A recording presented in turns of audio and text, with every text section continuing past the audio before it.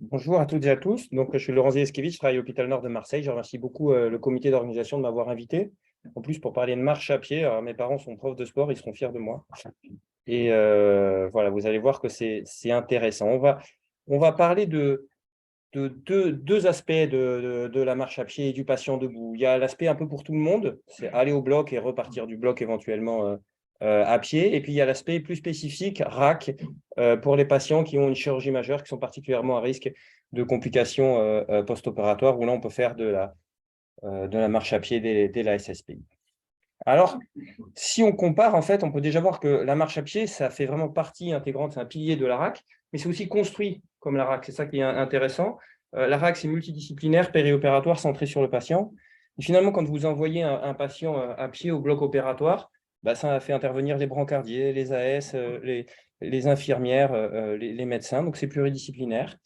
C'est périopératoire, le patient il arrive à pied, il va ensuite du salon d'accueil jusqu'à sa salle d'opération à pied, il repart ensuite à pied, donc c'est aussi périopératoire. Et puis c'est bien sûr absolument centré sur le patient, ça met le patient au centre de tout ça et ça l'implique. Et ça, psychologiquement, c'est quelque chose qui est très important. Donc en fait, c'est le même combat, c'est une sorte de mini-RAC, la déambulation du patient.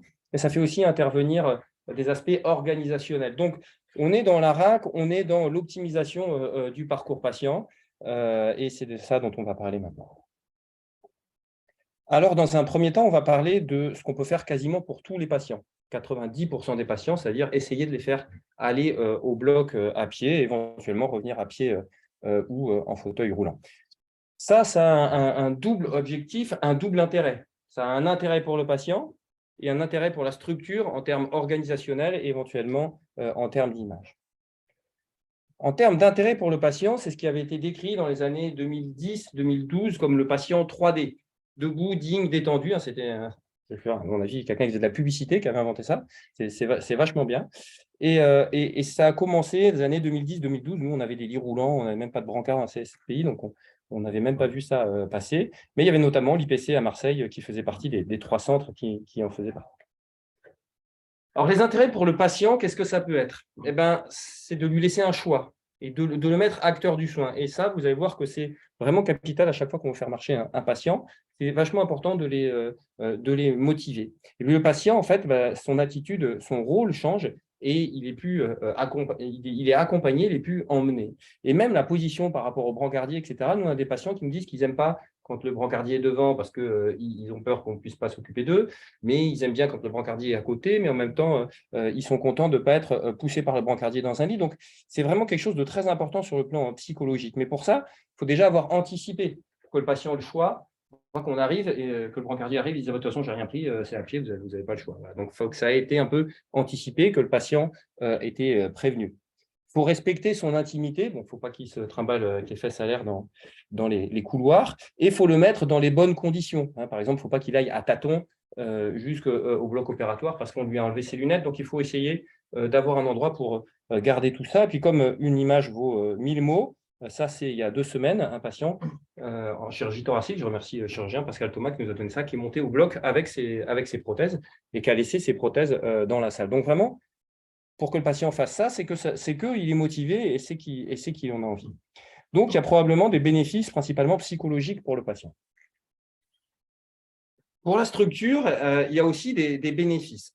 Alors, quand on essaye de mettre ça en place, il ne faut pas se vanter si on y arrive facilement qu'on a une petite structure. Quand si je vous avais mis un rond-point avec 4 camions, c'était plus facile que ce ne soit pas embouteillé. Si par contre vous avez un très très gros bloc opératoire avec des dizaines de brancardiers, en plus à Marseille, et plein de gens qui sont impliqués, ça va tout de suite être plus difficile à mettre en place. Donc plus c'est une grosse structure, plus c'est difficile à mettre en place, mais ça va quand même apporter des avantages pour la structure.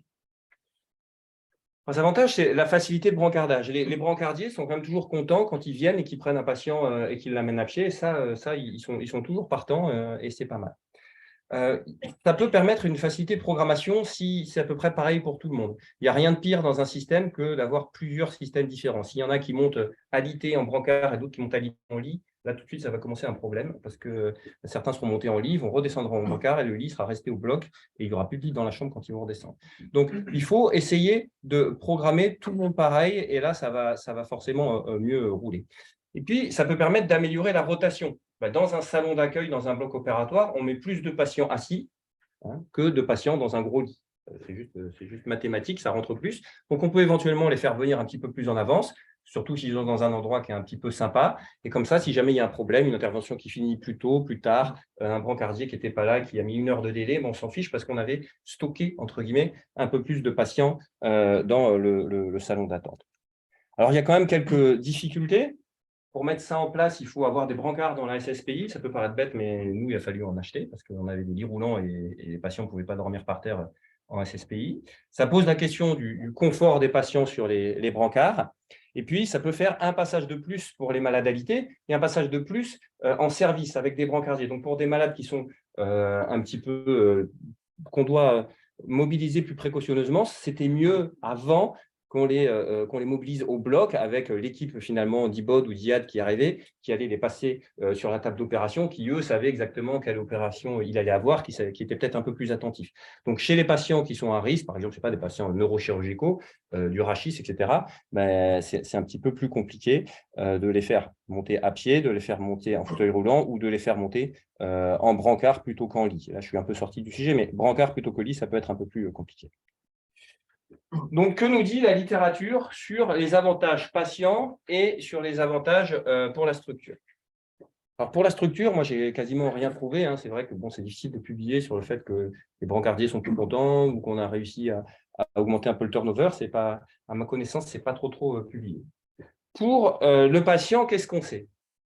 A priori, déjà, ce qu'on sait, c'est qu'a priori, si on demande au patient, il préfère y aller à pied. Il préfère l'idée de se dire qu'il va y aller à pied, et ce, quel que soit le type de chirurgie, comme vous voyez sur le diagramme en haut à droite. En fait, bien sûr, d'autant plus quand c'est une chirurgie mineure, mais même la chirurgie orthopédique, par exemple, le patient, a priori, il dit qu'il préférerait y aller à pied. Ça, c'est le premier point. Le deuxième point, c'est a posteriori. Une fois que le patient il est monté au bloc à pied, il est content. Toutes les études elles disent 90% de satisfaction et 80%, plus de 80% qui disent qu'ils recommenceraient comme ça, à pied, à aller au bloc opératoire. Alors, la troisième chose, dans patient 3D, il y a debout, digne et détendu.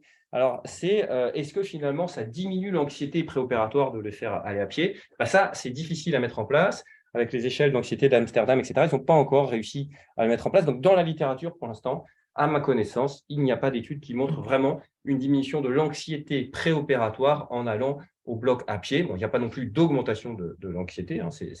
C'est non significatif dans ces deux études. Et donc, voilà. Après, on ne peut pas non plus tout attendre de faire aller le patient à pied au bloc opératoire. Donc, ça améliore son confort. Il est content, il est plus content. Mais pour l'instant, on n'arrive pas à montrer qu'il est plus détendu. Donc, ça, c'est une mesure qu'on peut appliquer à peu près à tous les patients d'un hôpital qui peuvent marcher. Tous ceux qui sont arrivés en marchant, a priori, ils peuvent aller au bloc en marchant. Et donc, bien évidemment, quasiment tous les patients de chirurgie thoracique, enfin, tous ceux qui peuvent marcher d'une manière générale. Ensuite, maintenant, on va parler de la déambulation ultra précoce. Le patient à pied, ça peut être pour aller repartir du bloc opératoire, mais ça peut aussi être dès la SSPI ou de manière ultra précoce. Nous, on fait en SSPI parce qu'il y a du monde, mais ce n'est pas parce que ça a été fait en SSPI que ça va améliorer le patient. C'est parce que ça a été fait très, très tôt. En pratique, moi, je pense que la SSPI, c'est un bon endroit, mais bien sûr, c'est la déambulation ultra précoce que j'appellerais maintenant la déambulation en SSPI. Alors là, ça ne va pas s'intéresser à tous les patients, ça va s'intéresser principalement aux patients qui ont des chirurgies majeures, parce que dans les chirurgies majeures, la complication la plus fréquente et la plus importante, ce sont les complications respiratoires post-opératoires. Et un des facteurs très importants pour la complication respiratoire post-opératoire, c'est les atélectasies. Donc, pas vous refaire le cours sur le fait que quand on a une chirurgie majeure, qu'on se met en ventilation mécanique, le diaphragme est paralysé et donc il y a une atélectasie qui se produit assez vite. En chirurgie thoracique, il y a en plus une exclusion pulmonaire, un chirurgien qui éventuellement peut mettre ses pattes dessus. Donc, l'atélectasie, c'est fréquent. L'atélectasie, ça entraîne une disparition du surfactant, une lésion des pneumocytes de type 1 et de type 2, une inflammation locale, et c'est vraiment très fortement associé à la survenue secondaire de pneumonie et de complications respiratoires. Donc ça, c'est pour toutes les chirurgies majeures, et bien sûr, les pires sont les chirurgies thoraciques qui sont les plus pourvoyeuses et indépendamment associées de complications post-opératoires, de complications pulmonaires post-opératoires. Alors, nous, on avait fait une étude, on faisait des échos pulmonaires dès la salle de réveil aux patients qui avaient des chirurgies majeures, et on s'est rendu compte qu'il y avait vraiment une association qui était très importante entre le fait d'avoir une consolidation, donc une atélectasie à l'échographie en post-opératoire immédiat, et la survenue à J7 de complications pulmonaires, même si on enlevait l'atélectasie dans la liste des complications. Hein. Pas une atélectasie prédit une atélectasie. Non, on regardait une atélectasie qui prédit les autres complications pulmonaires. Et ça, il y a une autre équipe, l'équipe de Belaïd Bouhemad à Dijon, qui avait retrouvé exactement des mêmes résultats en même temps. Ils avaient publié ça dans Anesthésia. Les patients de chirurgie majeure qui arrivaient en réanimation, à l'arrivée en réanimation, ils regardaient, et plus il y avait de consolidation, plus ils allaient être ventilés longtemps, plus ils allaient faire de complications post-opératoires. Donc, il y a vraiment une relation entre l'atélectasie et les complications post-opératoires. Et il y a la RAC en chirurgie thoracique qui diminue les complications post-opératoires. Donc, on se dit que c'est peut-être la mobilisation liée à la RAC qui diminue les complications post-opératoires. En tout cas, on sait qu'il y a une association entre la marche, le nombre de pas qu'on peut faire, et ce, quelle que soit la chirurgie, quand c'est une chirurgie majeure, et la durée de séjour. Dans cette étude, c'était plusieurs types de chirurgies majeures. Il y avait un cut-off au bout de 48 heures. Si les patients avaient fait plus de 1000 pas, il y avait une association entre… c'était quasiment impossible qu'ils aient une durée prolongée. Quand ils avaient fait plus de 1000 pas au bout de 48 heures, ils allaient sortir dans les délais normaux ou voire dans un délai raccourci. Et on sait aussi maintenant que quand on fait marcher les gens, eh bien, la vidéo marche magnifiquement bien, quand on fait marcher les gens, eh bien, ça diminue les atélectasies. Il y a des études qui montrent que marcher réduit les atélectasies. Quand vous marchez, déjà, vous arrêtez d'avoir la compression au niveau des parties postérieures du poumon, vous augmentez votre CRF en respirant plus fort, et puis vous n'avez pas mal, vous pensez à autre chose, donc vous faites des volumes inspiratoires qui sont probablement plus importants. Donc il commence à y avoir une littérature, notamment chez les kinés, montrant que marcher diminue les atélectasies. Donc encore une fois, cette relation entre chirurgie majeure thoracique, atélectasie, complications pulmonaires, peut-être que de marcher pourrait permettre de diminuer ces atélectasies et les complications pulmonaires. Alors, est-ce que c'est faisable? Est-ce que c'est faisable de faire marcher des patients en SSPI ou de manière ultra précoce après des chirurgies thoraciques majeures? Ça, c'est une étude sur la RAC et j'aime bien parce que ça montre vraiment qu'il faut avoir une approche volontariste. Ça montre, bon, rien de nouveau, plus vous avez de recommandations qui sont suivies, plus la durée de séjour diminue. Mais ce qu'on ne dit pas, c'est qu'un nombre de recommandations suivies égales, dans la période pré-RAC ou post-RAC, ce n'est pas la même chose. Dans la période pré-RAC, si vous avez suivi plein de recommandations, vous allez quand même rester plus longtemps à l'hôpital que dans la période post-RAC. En gros, ça veut dire quoi? Ça veut dire que quand on veut, on peut. Quand on dit, bon, le patient, il faut qu'il sorte, allez, hop, ça va aller, etc., ça se passe bien. Quand on a affiché qu'on était dans un programme RAC, qui a cette dynamique, on y arrive. Et pour lever les patients en SSPI après chirurgie majeure, c'est vraiment exactement ça. Il faut y croire. Bon, plusieurs fois, je suis arrivé, on m'a dit « Ah non, lui, on ne peut pas, il a mal, etc. » Puis on vient, on parle au patient, on lui dit « C'est important, si vous ne levez pas, vous allez faire des complications. » Et autres, le patient, il se lève et il fait 80 mètres. Et les gens disent « Oh, c'est bizarre. » Voilà, il faut y aller. C'est le côté un petit peu entraîneur commando. Il faut y aller, mais quand on les motive, vraiment, ça se passe bien. Alors, bon, j'espère qu'il y aura une vidéo qui passera, mais nous, on a fait à peu près 1500 patients qui ont eu de la RAC en SSPI après chirurgie majeure. Ils n'ont pas tous marché. Il y en a 90% qu'on arrive à asseoir au bord du lit, 90% à qui on arrive à donner des boissons, 90% à qui on fait nous-mêmes des manœuvres d'éducation de kiné. Donc, on leur explique comment tousser sans avoir mal. On leur explique qu'il ne faut pas inhiber leur inspiration. On leur donne après des manœuvres pour faire de la spirométrie incitative inspiratoire, pas souffler dedans, mais inspiratoire, faire des manœuvres de recrutement, et on leur donne des exercices à faire jusqu'au lendemain. Ça, on y arrive pour tout le monde. La déambulation, on y arrive à peu près dans 60% des cas. Donc, on a dû lever, je pense, à peu près 1000 patients après chirurgie majeure dans la salle de réveil. Donc, c'est faisable. Alors, celle-là, ce serait bien qu'elle passe, par contre.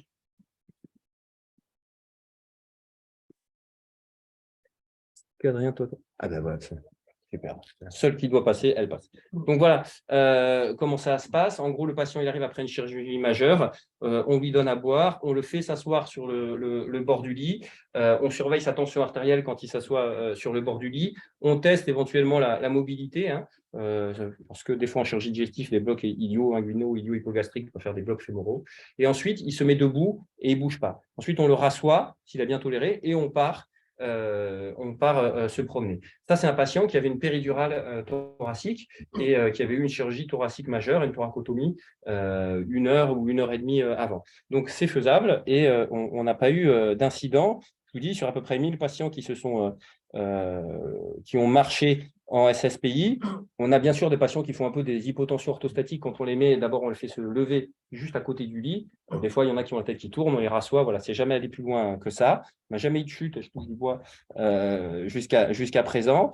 Il y a eu une fois un drain qui a été arraché, mais c'était quand le patient était en chambre, donc il n'était plus chez nous. Hein.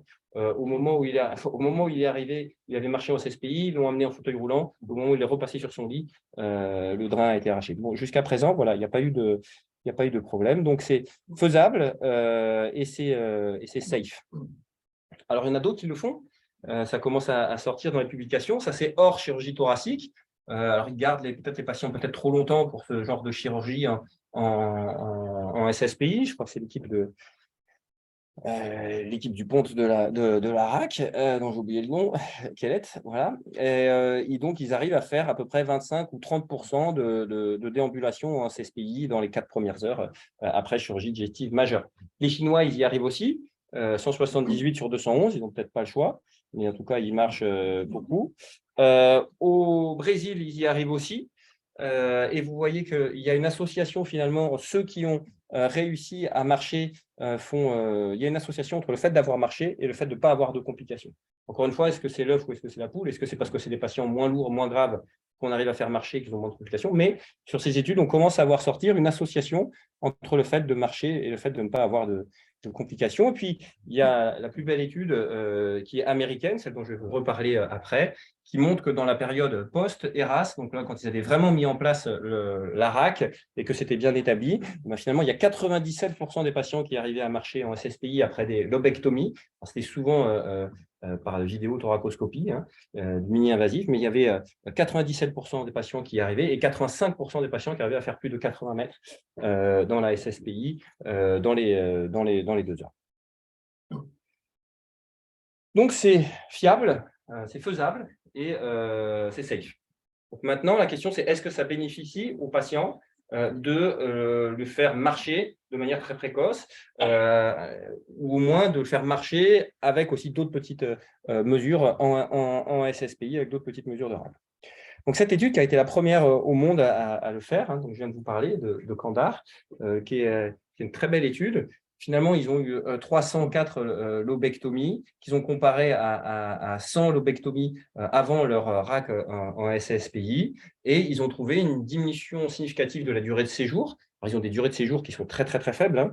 Mais c'est aux États-Unis, ce n'est pas organisé exactement comme ici. Ils avaient 26% de patients qui sortaient à J1 avant la RAC et 75% qui sortaient à J1 après la mise en place de la RAC en SSPI. Et ils ont une diminution du taux de pneumonie par un facteur 6.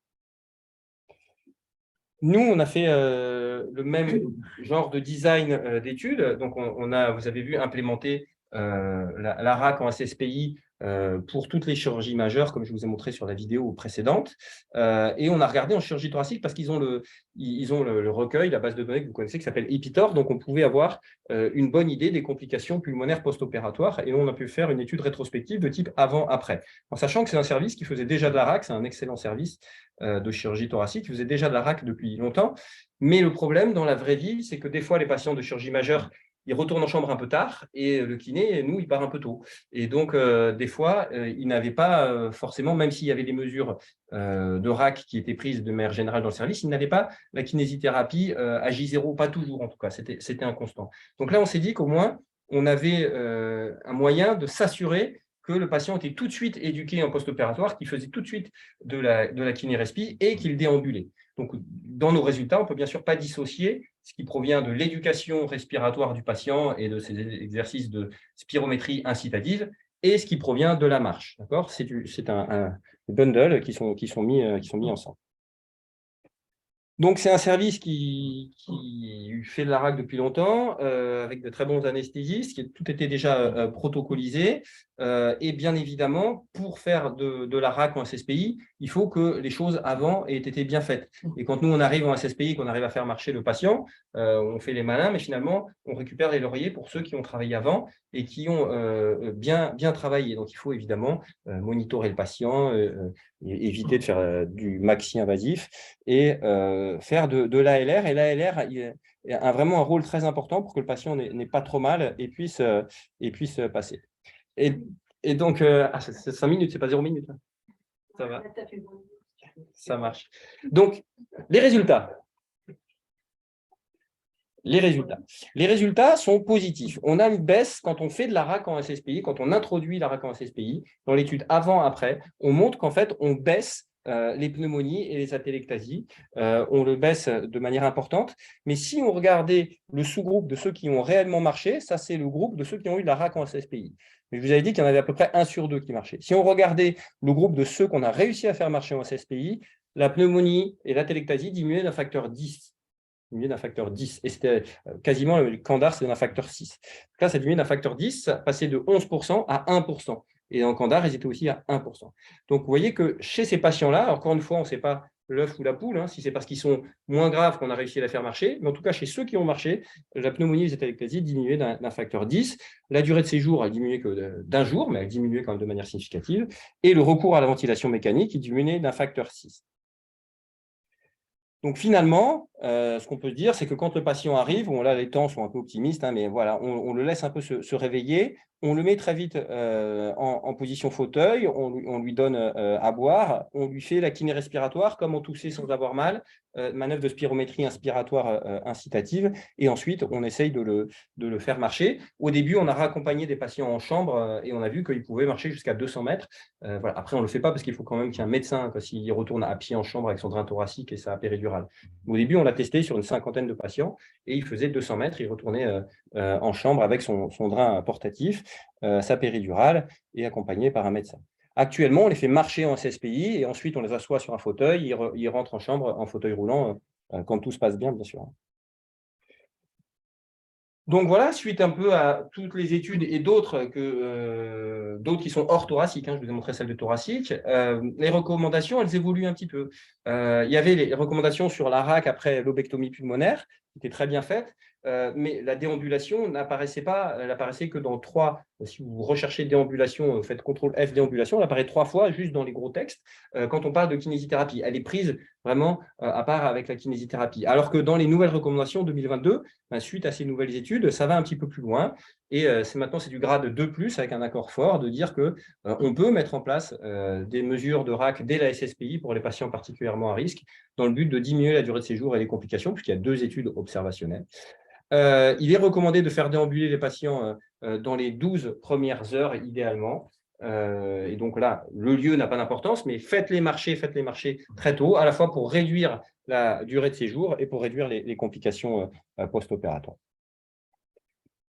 Donc, en conclusion, de faire marcher le patient vers le bloc et éventuellement un SSPI, c'est de l'optimisation du parcours patient. Vers le bloc, on pourrait le faire quasiment pour tous les patients. Et ça a des avantages pour le patient, surtout psychologiques, et pour la structure. Faire la déambulation ultra précoce pour les patients les plus à risque de complications pulmonaires post-opératoires, ça a probablement un intérêt pronostic pour le patient, mais il faut absolument que ce soit intégré dans un continuum. C'est-à-dire qu'il faut que ça commence idéalement dès la consultation, qu'on ait expliqué au patient qu'il doit se préparer comme pour une intervention, comme pour les JO, comme pour la Coupe du Monde. On lui dit que la chirurgie, pour lui, c'est la Coupe du Monde, et donc il peut commencer déjà à marcher, à arrêter de fumer, etc. En préopératoire, quand il arrive, il faut que le patient ne se sente pas malade. Il faut l'asseoir sur un fauteuil et d'emblée le mettre dans une dynamique où il va se bouger. En intraopératoire, bien sûr, il faut avoir des bons anesthésistes et des bons chirurgiens qui font quelque chose de up-to-date. Et ensuite, en SSPI, si c'est vraiment un patient à risque de complications, vous pouvez le mobiliser, lui expliquer comment il faut faire, vraiment le rendre acteur en lui disant qu'il faut qu'il déplisse ses poumons, qu'il marche et qu'il respire bien. Et normalement, ça lui met le pied à l'étrier pour qu'il continue après. Bien sûr, si après on le remet au lit en chambre et qu'il ne bouge plus pendant 3 jours, vous aurez tout perdu. Mais normalement, en général, à partir du moment où il a commencé à marcher, les infirmières le font plus se mobiliser. Vous lui avez mis le pied à l'étrier et tout se passe bien. Je vous remercie beaucoup pour votre attention.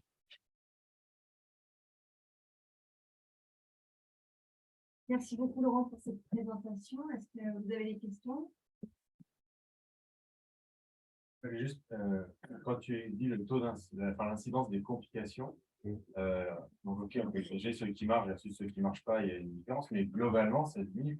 Oui. C'est ça. Oui. En fait, après, on a envie de dire peut-être faire vite pour comparer les deux périodes, d'avoir un score de propension, prendre des patients équivalents. Ouais, c'était le score de propension, pardon, je n'avais pas Ouais. dit. C'était le score de propension. Ils étaient matchés à 4-1 en plus. Donc, c'était vraiment bien matché. C'était 275 versus 675. C'était des scores de propension. Alors, on ne peut pas mettre 10 critères, hein, mais c'était matché sur le type d'incision, le type de chirurgie. Puis après, c'était homme ou femme. Ou, je sais pas, Ambroise n'est pas là, c'était sa thèse. Il m'a dit qu'il viendrait dans ça. Il n'est pas vieux. Mais c'était matché sur encore deux ou trois autres paramètres. Voilà. Donc, oui, c'était matché. Et oui, globalement, ça diminue. Et plus on a réussi à faire c'est toujours pareil, hein, comme dans la RAC, plus on a réussi à mettre en place de piliers dans la RAC, dans la SSPI. Et justement, si on a réussi à aller jusqu'à la marche, quand ils arrivaient à marcher, on leur faisait faire 80 mètres. Et ben là, quand ils avaient fait 80 mètres en SSPI, ils avaient un taux de complications pulmonaires post-opératoires qui s'effondrait et de pneumonie et d'athécasie qui s'effondrait. Il y a eu un moment où on commençait plus ou moins à parler de chir thoracique en ambulatoire. Est-ce que vous en avez déjà fait? On l'a vu au JT. C'est la présentation d'après. Donc, je ne vais pas spoiler. Est-ce que tu as la notion un peu on va dire, selon s'ils ont une réhabilitation préopératoire ou pas, est-ce que tu as des facilités où tu observes les choses encore plus pertinentes sur la salle de réveil immédiatement, sur le lever? Alors, c'est une bonne question. On n'a pas du tout de données là-dessus. Mais il est évident que l'état pré-op va probablement influer, comme la prise en charge per-op, va probablement influer sur ce qu'ils peuvent faire. Ce qu'on pense, c'est que c'est aussi le fait d'avoir avancé finalement la première kiné du J1 dans un certain nombre de cas au J0 pour tout le monde, qui finalement fait la différence par rapport à l'état pré-op, je ne sais pas. Mais ce qu'on sait, c'est qu'avant, ces patients, par exemple, leur mettaient une péridurale. On aime bien la péridurale dans le service encore.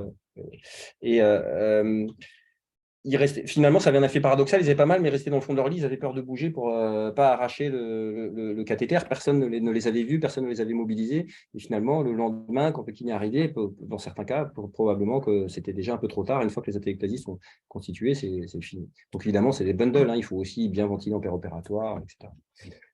Il y a peut-être un biais avec le pré-op, c'est qu'on va faire la réhab à des plus problématiques. Quoi. Donc on peut montrer l'effet inverse. Ouais, on peut montrer l'effet inverse, effectivement. Ouais. Mais nous, c'est pas assez systématisé pour que je puisse. On n'a pas pu faire la corrélation. En tout cas, dans notre étude, on n'a absolument pas pu faire la corrélation. C'est vrai qu'il y a de l'éducation périopératoire. Normalement, les patients, ils apprennent déjà par la kiné avant. Donc, il y a quand même un effet aussi il y a ça. Ils savent déjà ce qu'ils doivent faire directement en post-op et quand ils sont hyper motivés. Il faut combien de temps chez vous, les patients Alors, il y a deux questions. Il y a deux questions en même temps. La première question, il n'y a pas de préhabilitation systématique dans le service et donc c'est vraiment au cas par cas. Il n'y a aucune préhabilitation systématique. C'est probablement d'ailleurs pour ça que chez nous, ça marche bien parce qu'on est passé si avant, ils avaient vu un kiné, par exemple, qui leur avait déjà tout expliqué, qui leur avait déjà fait travailler les exercices, qui leur avait tout dit, il y a un travail de Boden en chirurgie viscérale qui montre que quand on est vu par un kiné en pré-op qui vous explique tout, il y a moins de complications pulmonaires post-opératoires après en post-op. Donc, nous, comme il n'y a pas ça, finalement, l'éducation, on l'a fait en SSPI. au moment où il se réveille, ce qui est pas mal aussi, parce que peut-être que ce qu'on lui aurait appris 15 jours avant, il en aurait oublié une partie. Donc, en fait, on rentabilise les choses, on cible tout dans la salle de réveil, on met le paquet dans la salle de réveil, où là, on lui explique comment tousser sans avoir mal, on lui explique les exercices, on lui donne la machine, on lui dit, vous faites 10 fois 10 répétitions jusqu'à demain, et en plus, on le fait marcher. Donc, c'est peut-être aussi pour ça qu'on a mis en évidence une différence importante. Ça, c'est la première question. La deuxième question, au départ, nous, on s'est servi de la ressource qu'on a au CHU, c'est-à-dire les internes, et on utilisait pas mal les internes et le personnel de SSPI, c'était à effectif constant. Et grâce à ces résultats, etc., on a réussi à être peut-être un des seuls centres à avoir une kiné maintenant affectée à la SSPI. Donc maintenant, on a une kiné affectée à la SSPI, mais elle lève en fait finalement que 4 ou 5 patients par jour. Il ne faut pas croire que ce sont tous les patients. Les patients qui sont en ambulatoire, ça ne sert à rien de le lever en SSPI. Enfin, ne perdez pas vos forces. Il va se lever tout seul. Voilà, elle lève entre 2 et 5 patients par jour, mais ce sont probablement les patients les plus lourds et les plus difficiles à lever. Donc, avec elle, plus le personnel de SSPI, ça suffit. Donc, une personne en plus. Et c'est du temps, comme vous demandez rien, plus de temps à SSPI? Est-ce que tu les gardes plus longtemps? Donc, en fait, pour ces patients-là, effectivement, on les garde un petit peu plus longtemps à SSPI, mais encore une fois, c'est 4 ou 5 patients par jour. Et pour le reste des patients, le fait d'avoir pris l'habitude de mettre les patients demi-assis, on rentre dans une salle de réveil, tout le monde est demi-assis, tout le monde est en train de boire un jus de pomme, etc. Les autres patients vont probablement sortir plus vite. Voilà. Donc, on gagne un petit peu pour les chirurgies légères, on perd un petit peu de temps pour les chirurgies majeures, parce que c'est vrai qu'on est un peu en hybride entre le service et la SSPI. Il reste, mais après, il reste 2-3 heures en SSPI. Il reste pas non plus. Voilà. Après une chirurgie majeure, il reste 2-3 heures en SSPI pour vous donner un ordre d'idée. Dans la vraie vie. J'ai adoré dans votre école aussi, parce que j'en ai fait connaissance à l'Arcotova, au Congrès à Saint-Malo, Ambroise avait présenté justement. C'est la reprise des fluides très précoce. Et ça, il y a des dogmes qui restent toujours. Les patients, on leur dit vraiment, ils en reçoivent comme pas possible. Ça fait partie quand même du confort et ça diminue un peu l'anxiété. C'est très facile à mettre en place et il y a un recul important. La Pitié-Salpêtrière, ils le font aussi sur des milliers de patients. Nous, on l'a fait sur presque des milliers de patients, je pense aussi. Et il n'y a pas de problème. Et quand on doit reprendre un patient en urgence, etc., c'est pas grave, on fait une ISR. Je vous rappelle que quand vous lui donnez un tagamètre effervescent, vous lui donnez de l'eau aussi.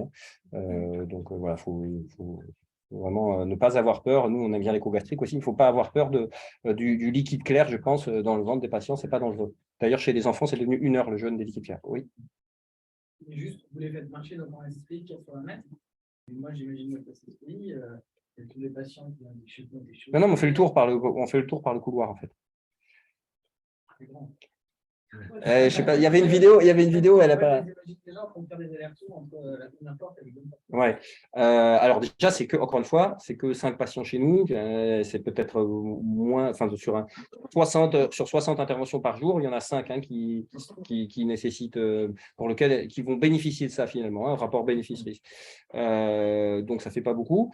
Et après, je sais pas, je connais pas l'architecture de chez vous, mais il y a moyen de tourner autour de la. Nous, on reste dans le bloc, mais on tourne autour de la SSPI. Voilà, ça fait 80 mètres par le petit tour et 100 mètres si on passe par la salle de réveil des enfants. C'est des échecs, des patients qui ont été ciblés. Et toujours des échecs là, c'est pas prédictif de complications. C'est important pour ce préparatoire de tout à regarder. Oui, alors on a regardé dans la période post ceux qui avaient pu avoir de la RAC en SSPI et ceux qu'on n'avait pas eu parce qu'éventuellement, soit parce qu'on n'avait pas réussi, soit parce qu'ils étaient sortis hors délai. C'est-à-dire que si le patient il sort après 18 heures, on ne fait pas de RAC en SSPI, il n'y a plus assez de. Voilà, c'est la garde, etc. Et donc, ceux-là, bien évidemment, ils avaient un moins bon pronostic, ils faisaient plus de complications respiratoires que ceux qui avaient eu la RAC en SSPI. Ils étaient effectivement plus graves sur les scores de gravité. Donc, on n'arrive pas trop à savoir la relation de cause à effet, mais en tout cas, ils n'avaient pas moins de complications, ce qui aurait été interrogeant. Mais non, ils avaient aussi plus de complications. Après, ceux-là n'ont pas été matchés. Ceux qui ont été matchés, c'est ceux de la période pré-RAC. Voilà. Si vous êtes d'accord, on va passer au prochain sujet pour avoir le temps d'en faire un petit peu discuter. Parce qu'il y a encore une autre thématique après derrière. Donc, on va accueillir Osama Ouarad, Damien, qui va nous parler donc dans l'ambulatoire avec chirurgie thoracique. Ambulatoire, il s'appelle Marseille à la fin. Ouais, Marseille à la fin.